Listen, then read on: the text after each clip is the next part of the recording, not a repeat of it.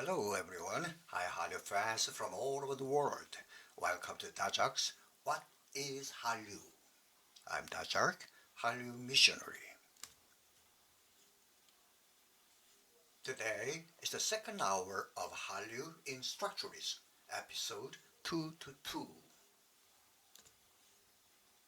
Last time we studied Structuralism, which asserts objectivism and views cultural structure as binary oppositions. We also studied the structure of binary opposition with Levi-Strauss's myth of the south wind, which ends in skate. If so, how Hallyu can be structured with the binary oppositions of Levi-Strauss's south wind myth? This figure is a structuralization of Hallyu to borrow Levi-Strauss's structure of the myth of the south wind. I replaced the hostile nature with cultural imperialism and replaced benevolent nature with cultural pluralism. Cultural imperialism originally has the character of cultural invasion. Therefore, countries and people who are in a position to accept this have no choice but to react sensitively to this. So they take a vigilant stance. Screen quarter system is one of the representative defense mechanisms to guard against cultural invasion of cultural imperialism. Since our K-culture contents are now internationally competitive, the screen quota system for American films has become obsolete. But in the case of other countries, the screen quota system is still being used as a useful defense mechanism.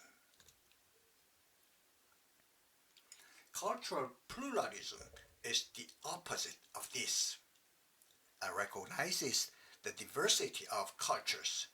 Therefore, you will take a position of generosity and acceptance towards foreign cultures.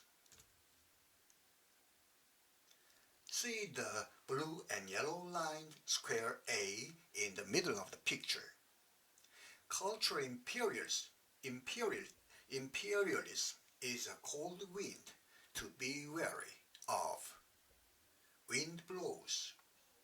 Cold wind is a cold flow, Hallyu in Chinese characters. When it's cold, we put our hands in our pockets and hunch our necks. It is to guard against the cold and defend it.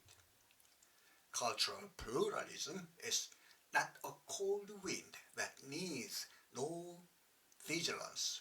No wind is not a cold flow, Hallyu in Chinese character.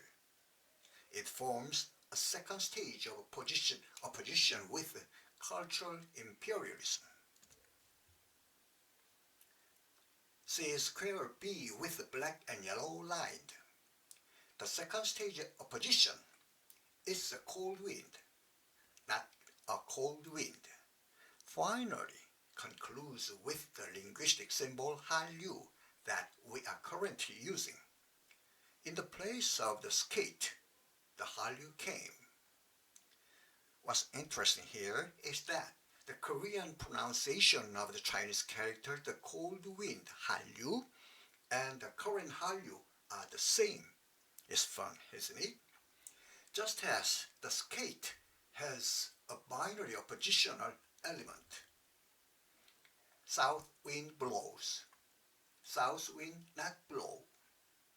The current Hallyu also contains the opposite, cold wind, not cold wind. In other words, the two binary opposites of vigilance and acceptance overlap in linguistic symbol Hallyu. Just like the myth of south wind, Hallyu seen from the structuralism is also a myth because they have each other the same structure, a binary oppositions. This figure shows the semantic process of myth claimed by the French philosopher Roland Barthes. When number 1 signifiant has number 2 signifiing, number 3 sign is born. It is called the primary semantic process. When number 3 sign has another signifier B, number 3 becomes signifiant A, which gives birth to new sign C. It is called the secondary semantic process. After that, when the sign C has another signifier Z, it is called myth. Structuring Hallyu with Roland Barthes' semantic process is as follows. See the orange line rectangle C. In the 1990s, when the movement of K-culture contents was in a state of primeval soup, K-culture contents such as drama and K-pop became number 1 signifiant. And they had number 2 signifier, which was a foreign culture trend to be wary of. So, number 3 sign, cold wind, cold Hallyu, in Chinese character was born. This is the primary semantic process of the linguistic symbol Hallyu that we are currently using. Notice the orange banded rectangle D. When number 3 sign, called Hallyu, has new signifier B, acceptance of foreign culture, by the reversal of the atmosphere of the culture importing country, number 3 sign is naturally converted into signifiant A. And with signifier B, they give the birth of new sign C, called Hallyu, that we are using now. This is the secondary semantic process of the linguistic symbol Hallyu. Notice the yellow-lined rectangle E. Going through this semantic process, when people from culture-importing countries gain a new realization, aha, this is a cultural competitiveness in the global era. In other words, when the sign C, Hallyu, acquires a new meaning of cultural competitiveness in the global era, Roland Barthes calls it a myth. Hallyu is a myth. Hallyu is a myth in the light of the structure of Levi-Strauss's binary opposition of the myth of South Wind. Hallyu is a myth from the standpoint of a structuralist, Roland Barthes, with a logical structure. Hallyu is our modern myth, born in the 21st century. Things to remember here. Myths honor the feats of heroes, like Tangun in Tangun myth, and Prometheus in Prometheus myth. Then, who is the hero of Hallyu myth? That's right, marketer.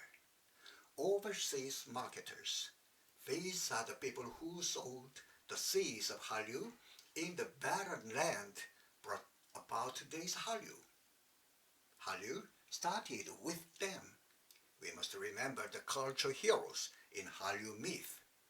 It is because of them that today's Hallyu exists.